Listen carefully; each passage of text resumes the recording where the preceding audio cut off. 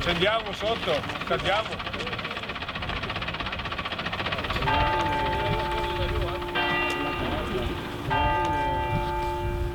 Diciamo che inizia tutto in chiesa.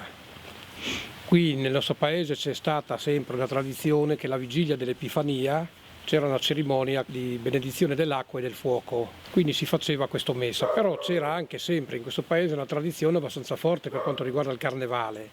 Pust vuol dire carnevale. Quando inizia il carnevale? Inizia il giorno dell'Epifania, in pratica dopo l'Epifania inizia il periodo di carnevale. E cosa succedeva? Succedeva che mentre tutti erano a messa, in questo borgo proprio e in questo luogo chiamato Cantun, che sarebbe la casa del carnevale, cominciavano a urlare facendo frastuoni, facendo baccano con quello che avevano, a urlare in friulano vino di Molalo, dobbiamo mollarlo, dobbiamo lasciarlo. E di là urlava qualcuno di fuori non ancora, perché la messa non era ancora finita. Fintanto che a un certo punto finiva la messa, allora di là davano il segnale, mollatelo, mollatelo. A quel punto la cerimonia consiste nel dire ci sono 3-4 giovani che vengono su, qui intanto c'è un po' di fumo, e vanno su a prenderlo. Lui sopra lì è incatenato dall'anno prima. Cioè alla fine del carnevale questo esausto viene preso e riportato a casa, è chiuso là, è legato. E ha una voglia matta di liberarsi, perché deve riprendere a fare bagordi e festa, no?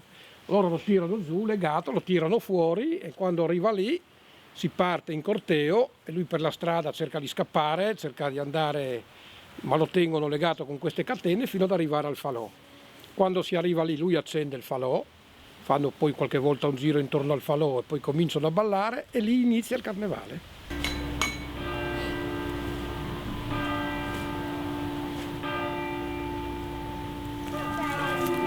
Gusta il carnevale, dai, su.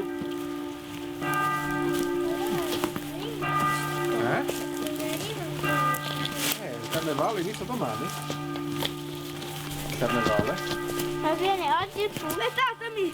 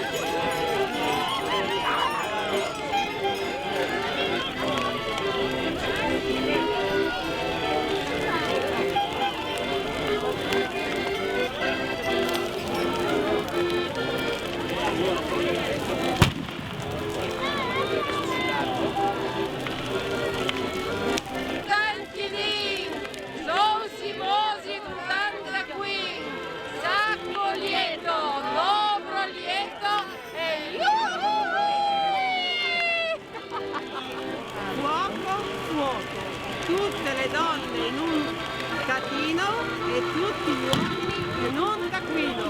Buon anno per tutto l'anno.